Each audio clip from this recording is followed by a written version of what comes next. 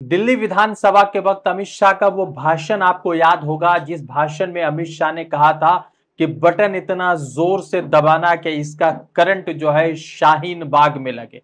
वही अमित शाह जो तेलंगाना के विधानसभा चुनाव में कहते हैं कि हम मुसलमानों का रिजर्वेशन खत्म करेंगे। वही अमित शाह जो लोकसभा के चुनाव में महाराष्ट्र के नांदेड़ में और दूसरी जगह पर कहते हैं कि कांग्रेस मुसलमानों की पार्टी है और मुसलमानों के लिए काम करती है और हम मुसलमानों को अलग से रिजर्वेशन नहीं देंगे। वही अमित शाह जब कर्नाटक के विधानसभा चुनाव में जाते हैं तो कहते हैं कि कांग्रेस के मुसलमान वाले रिजर्वेशन को हम स्क्रैप करेंगे और मुसलमानों को रिजर्वेशन बंद करेंगे। वही अमित शाह जो लगातार मुसलमानों से कागज मांग रहे थे और रोहिंग्या के नाम पर मुसलमानों पर कटाक्ष कर रहे थे। अब आपको बता दें कि अमित शाह सुर्खियों में है और अमित शाह के सुर्खियों में होने के कारण यह है कि जम्मू एंड कश्मीर चुनाव के बीच अमित शाह के मुंह से कुछ ऐसी बातें निकल गई है जिसने अमित शाह के लिए सवाल पैदा कर दिया। और वो भाजपाई और वो भक्त जो अमित शाह को कट्टर मुस्लिम विरोधी मान रहे थे, उस मुस्लिम विरोधी के चेहरे को भी अमित शाह ने बेनकाब कर दिया है। और साथ ही साथ कि वो अमित शाह जो केजरीवाल कांग्रेस के मुफ्त वाले स्कीम यानी फ्री बीज के स्कीम को लेकर लगातार सवाल उठा रहे थे, अब वो खुद इस तरह का ऐलान करते नजर आ रहे। नमस्कार, आदाब, मेरा नाम है रजा अंसारी। देश नीति पर आपका स्वागत है। देश नीति केवल सच्ची और पक्की खबरें। जम्मू एंड कश्मीर का चुनाव हो रहा है। 10 सालों में जम्मू एंड कश्मीर का पहली मर्तबा चुनाव हो रहा है। 3 भागों में हो रहा है, एक खत्म हो गया और एक जो है 25 तारीख को होना है। और उसी बीच जो है एक वीडियो सोशल मीडिया पर वायरल हो रहा है। शनिवार के दिन अमित शाह होते हैं जम्मू एंड कश्मीर के पूंछ में, और जम्मू एंड कश्मीर के पूंछ में जब होते हैं तो अमित शाह के मुंह से वो बातें निकलती है जिसकी उम्मीद शायद भारतीय जनता पार्टी के निचले स्तर का कार्यकर्ता भी नहीं कर सकता था, ना ही भारतीय जनता पार्टी में वो मुस्लिम चेहरे जो लगातार भारतीय जनता पार्टी का दामन थाम के। वो अलग बात है कि उनको कुछ मिला नहीं मिला, मगर वो भी कभी उम्मीद नहीं कर रहे थे कि अमित शाह ये बोलेंगे। अमित शाह के जबान से मुहर्रम और ईद की बात निकल चुकी है। अमित शाह ने मुहर्रम और ईद का जिक्र किया है। अमित शाह ने कहा है कि मुहर्रम और ईद के मौके पर आप लोगों को 2 सिलेंडर फ्री में मिलेगा। वही पार्टी जो महाराष्ट्र में हिंदू मुसलमान कर रही है, उसके अमित शाह के विधायक नीतीश राणे मुसलमानों को खिलाफ जो है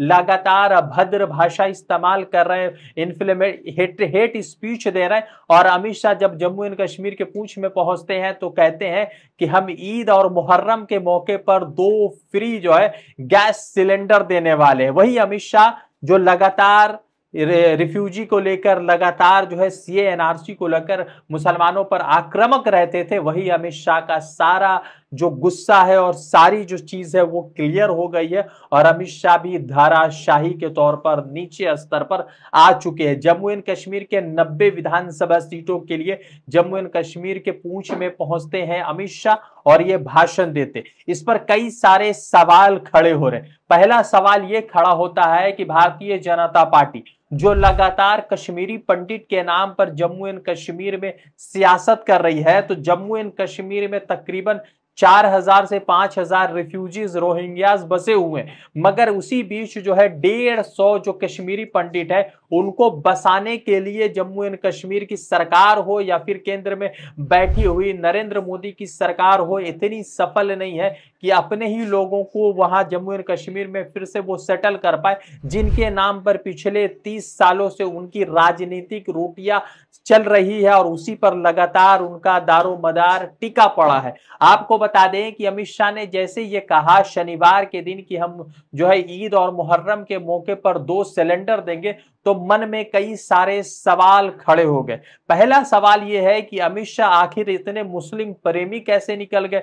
दूसरा सवाल यह है कि अमित शाह लगातार मुसलमानों को लेकर या फ्री बीस को लेकर सवाल उठा रहे थे केजरीवाल के ऊपर, राहुल गांधी के ऊपर, और जिस तरह से ओपीएस का आया, कर्नाटका में 500 रुपए की बात हुई, जम्मू एंड कश्मीर को लेकर राहुल गांधी की घोषणा पत्र हुई, तो लगातार फ्री बीस के नाम पर वो सवाल उठा रहे थे, मगर अब खुद वो फ्री बीस करते नजर आ रहे हैं, यानी कि मुफ्त में चीजें बांटने का वो जो है वादा कर रहे हैं। अमित शाह ने यह भी कहा कि अगर हमारी सरकार बनेगी तो हम परिवार के सबसे अधिक महिला को साल भर में 18,000 रुपए की राशि, सहायता राशि देंगे। आपको बता दें कि कांग्रेस की तरफ से लगभग इसी तरह का स्कीम है, मगर सवाल महत्वपूर्ण यह है कि अमित शाह का जैसे बयान वायरल हुआ तो हिंदू मुसलमान के एंगल के अलावा भी कई सारी बातें हैं जो उठती है। लगातार भारतीय जनता पार्टी हिंदू मुसलमान के नाम पर सियासत करती है। महाराष्ट्र में लगातार इम्तियाज जलील और दूसरे जो कांग्रेस के लीडर है वो तमाम लोग नीतीश राणा के खिलाफ सड़कों पर उतरकर विरोध प्रदर्शन कर रहे हैं, क्योंकि जिस तरह से उन बयान दिया गया था नीतीश राणा के द्वारा कि अगर वो महाराज के खिलाफ जाएंगे तो मस्जिदों में घुसकर ये करेंगे वो करेंगे, इस तरह की अभद्र और जो है नफरती बयान दिए गए थे। अब सवाल उठता है कि अमित शाह एक तरफ मुस्लिम प्रेमी होने का सबूत दे रहे हैं, दूसरी तरफ उसके विधायक मुसलमानों के खिलाफ नफरत उगल रहे हैं, दूसरी तरफ जम्मू एंड कश्मीर छोड़िए उत्तर प्रदेश में बुलडोजर का राज चल रहा है और मुसलमानों के घर पर लगातार निशाना बनाया जा रहा है। आपको बता दें कि अमित शाह का यह पहला ऐलान नहीं है जिसको लेकर सवाल उठ रहा है। अमित शाह का इससे पहले भी कई सारे ऐलान है जिस पर लोग ये कह रहे हैं कि आखिर ये वादा पूरा होगा कि नहीं। 2019-2014 के उन वादों को तो आप भूल गए होंगे जिसमें कहा गया था कि 2 करोड़ रोजगार हर साल मिलेंगे, अच्छे दिन आ जाएंगे, महंगाई पर नियंत्रण कंट्रोल रखा जाएगा।